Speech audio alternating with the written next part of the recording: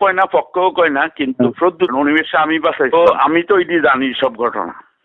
প্রদ্যুৎ খুব ভালো জানে, আমার লোকে কোনো মতে হইতো না, কারণ সে জানে যে ট্রাইবেলটার মধ্যে এটা আবার অনিমেষ দেববর্মা আমার বিপক্ষে কয় না, পক্ষও কয় না, কিন্তু প্রদ্যুৎ উনিমেষে আমি বাঁচাইছিলাম নীলিমা দেববর্মার কেসে, আমি বাঁচাইছিলাম। তো পাহাড়ের ভিতরে আমরা একদম পুরোপুরি বিচরণ করতেছি।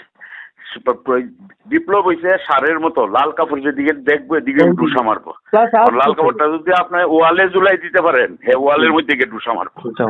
অ্যাকচুয়ালি সে যেমন আমি দুলের দিন ছোট্ট করে একটা অনুষ্ঠান করলাম, আমার কাছে খবর আছে সে বিকাল পর্যন্ত, যখন এটা ভাইরাল হয়েছে বিকালবেলা তার আইটি সেলটিতে থাকছে, তার বাড়িতে পরের দিন দুলের পরের দিন।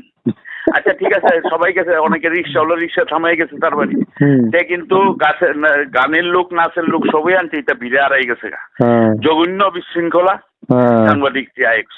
বিপ্লবের ক্যারেক্টারটা হয়েছে ওই যে পাতাল কর্নারে দিয়া ডিস্টার্ব করে দিব, যুদ্ধ ঘোষণা করে দিব।